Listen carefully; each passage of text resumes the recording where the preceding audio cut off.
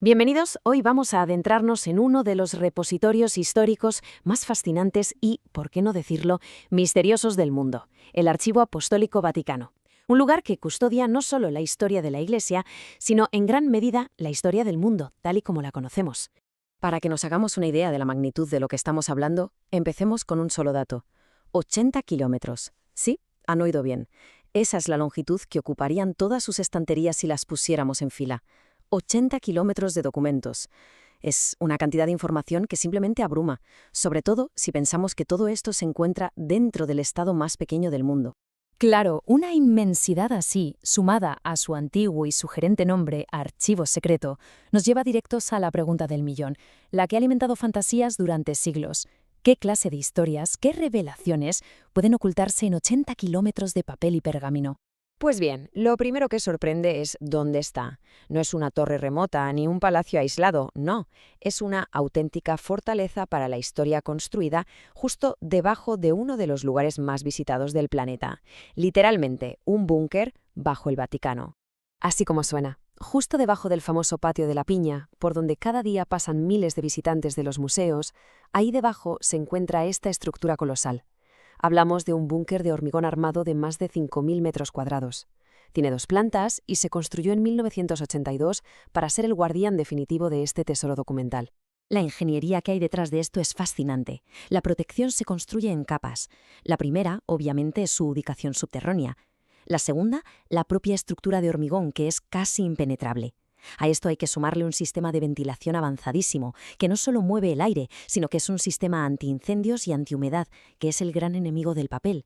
Y por último, ya dentro, salas con el clima totalmente controlado, manteniendo la temperatura y la humedad perfectas. Es crucial para que sobrevivan documentos con más de 1000 años de antigüedad. Ahora que hemos visto el contenido, vamos a ver el contenido.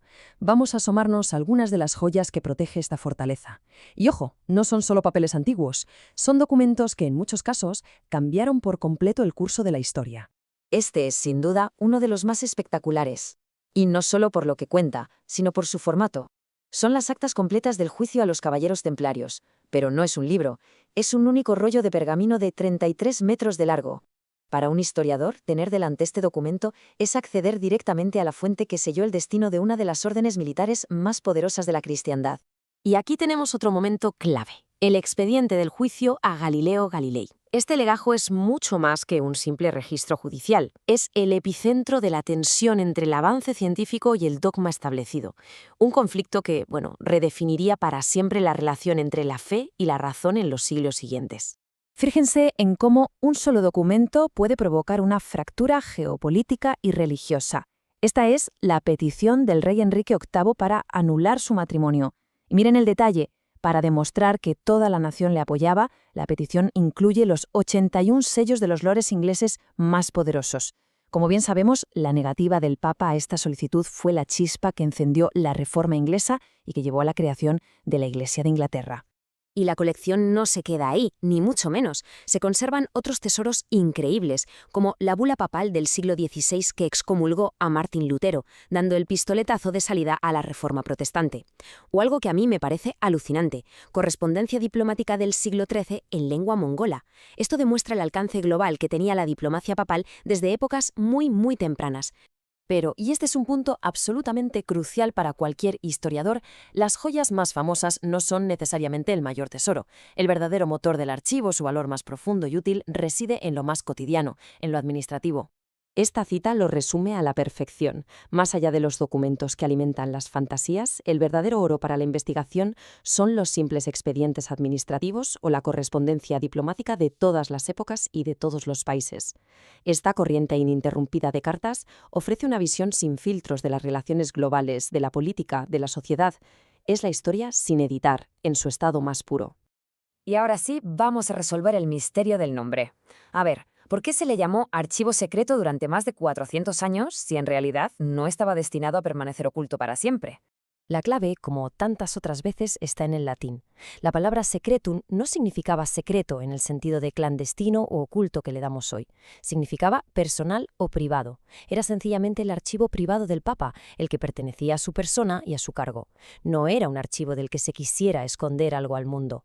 Justamente para eliminar esta confusión de siglos, el Papa Francisco tomó una decisión muy importante en 2019.